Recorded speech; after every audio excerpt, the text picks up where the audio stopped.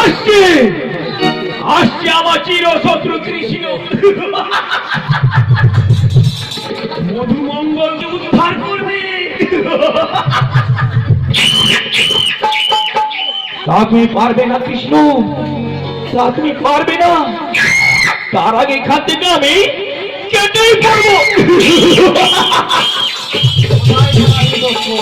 পিতা বলাই সাজে গোপের নন্দন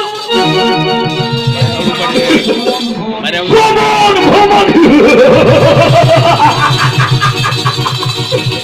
আরে গৃহীত যাদব যা লুকানো হাগিয়া মায়েরা চলে কখনো সেই রণক্ষেত্রে যদি শক্তি থাকে তবে করো রণ।